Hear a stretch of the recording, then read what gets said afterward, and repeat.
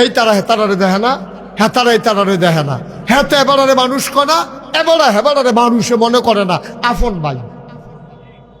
আসেনি র আপন ভাই। বাতিজির লেগে বিয়ে আইছে, রান্দুল বাজার জিগাইছে, ও আপনার ভাইয়ের মাইয়া রান লাগিয়া আমার ফলার বিয়া চাইছিলাম, মাইয়া রেখে রাখবে কি তে মানুষ নিতে মানুষ আমার বাহের গরু এটা কিতে হইছে। আপনি যেই কথাটা হেবারার লগে কইলে, হেবারায় এত বুদ্ধিমান না দেখে বাচ্চা গেছেন। হেবারায় যদি বেশি বুদ্ধিমান হইতো কিতা করলেও জানেননি, হেবারার আব্বা আপনার আব্বা এক আব্বা না বিলে হ, হেবারার মা আপনার মা এক মা না হ। তো হেবারার বাফও যে এবারা, আপনার বাফও এবারা, হেবারার মা যে বিডি, আপনার মাও এবিডি।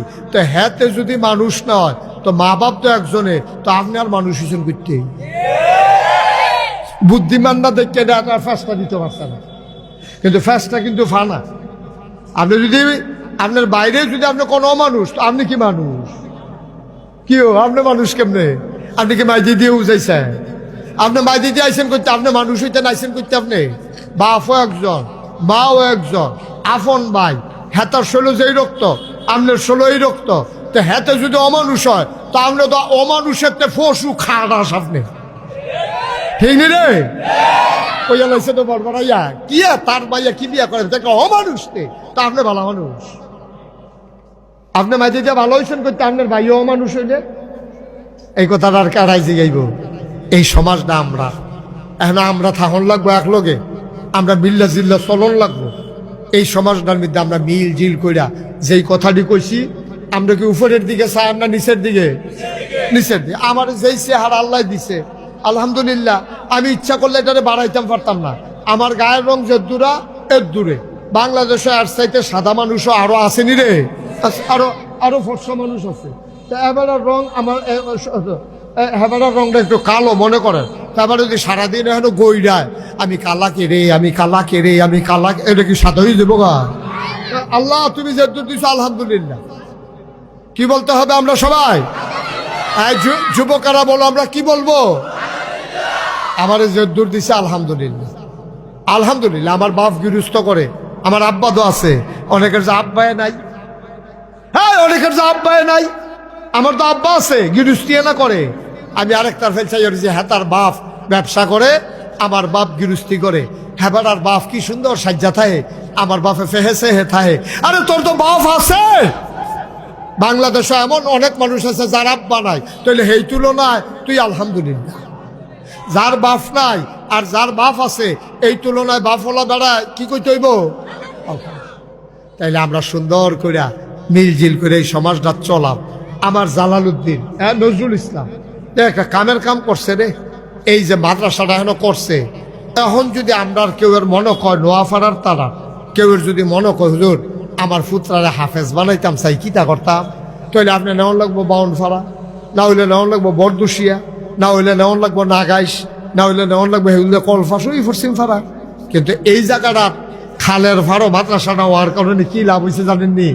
আপনি রিক্সা চালান, আপনার বউয়ে বাইক থাহে, আপনার টেহা পয়সা বেশি নাই, খরচ দিয়া চালাইতেন পারেন না। তখন আপনার ঘরও যায় রান্না হয়, আপনার রিক্সা চালাইতেন গেলেও আপনার বউয়ে একটা বাড়ির ভিতরে দুগুলা ভাত দিয়া, আরেকটা বাড়ি তরকারি দিয়া, গামছাটা গিট্টু দিয়া বান্ধিয়া নিয়ে সেটা খালটা ফাড়িয়া দিয়াইলে কম খরচের ভিতরে আপনার ফলাড়ায় ফরতে পারে। তাইল নজরুলে এই যে মাদ্রাসাটা দিল, আমরা কি ক্ষতি করছে না উপকার করছে? কথা কইতে হইব তো, ক্ষতি না উপকার? আপনার ফলাড়ারে বাইতে খাওয়াইয়া আপনি দৌড় দিয়ে নিয়ে আসে এখন মাদ্রাসা পড়াই লইতেন পারেন। এর ফলে আরো উপকার আছে তো। আপনার মনটায় ধরছে, হুজুররা কইছে হাফিজি কঠিন আছে, ও 30 পারা কোরআন শরীফ মুখস্থ করো, এটা কোনো যেমন তেমন কথা না, এটা সাংঘাতিক কঠিন।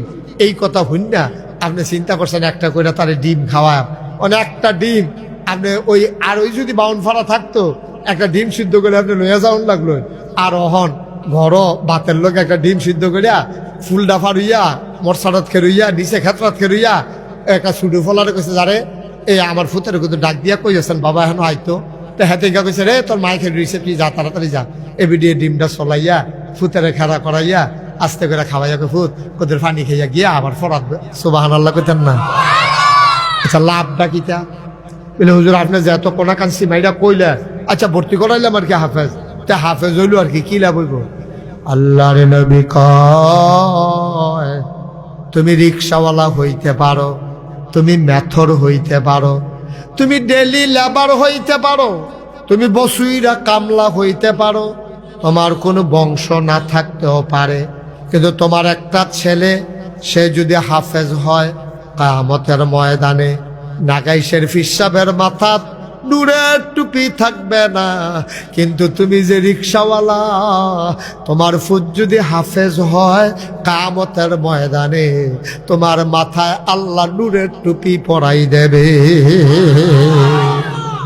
আমি বেড়াইয়া গিয়ে জিগাইব আপনারা বাড়ি কলফাস নোয়া ফাড়া না? বলে হ।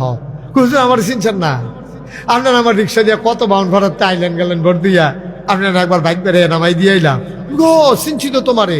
তো তোমার মাথার মধ্যে এই কিয়ামতের ময়দানে এত দামি নূরের টুপি তুমি পাইছো কো? এবার চিল্লান দেখো হুজুর, ওই যে ফুতরারে রিক্সা চালাইয়া আমার বউয়ের ডিম সিদ্ধ করে না খাওয়াইয়া তারে তিল তিল কইরা ওই নজরুলের মাদ্রাসাত পড়াইয়া তারে যে গুদরা হাফেজ বানাইছিলাম, আমি যে মেহনত করে আমার ফুতের হাফেজ বানাইছি, আল্লাহ মায়া কইরা হাফেজের ফুতে বাহের মাথার মধ্যে আল্লাহ নূরের টুপি পরাই দিছে। সুবহানাল্লাহ কইতেন না? আমি বারবার কইছি আল্লাহ আমি রিক্সাওয়ালা, আল্লাহ আমি ডেলি লেবার, আমি বসুইরা কামলা, আমার মাথাতে এটা দিয়েন না, মানুষ আইসি করবো। আল্লাহ আমার ডাক দেবে, তুমি এটা ফা না দিতাম না কিরে? সুবহানাল্লাহ কইতেন না? লাভ না কিরকম? একটা ছেলে একটা বাড়ির ভিতরে, একটা বংশের ভিতরে, একটা ঘরের ভিতরে যদি সে হাফেজ হয়, তাইলে 10 জন জাহান্নামী বান্দারে সুপারিশ করে হাফেজ সাহেব তারে জান্নাতে নিয়ে যেতে পারবে। বলো সুবহানাল্লাহ। ভাইয়ারা আমার, বন্ধুরা আমার, এখন মনে করেন আপনার ফুট নাই, আপনার বয়স হয়ে গেছে, ফলাফাইন চাকরিত গেছে গা, আপনি আপনার নাতিরে নিয়ত করেন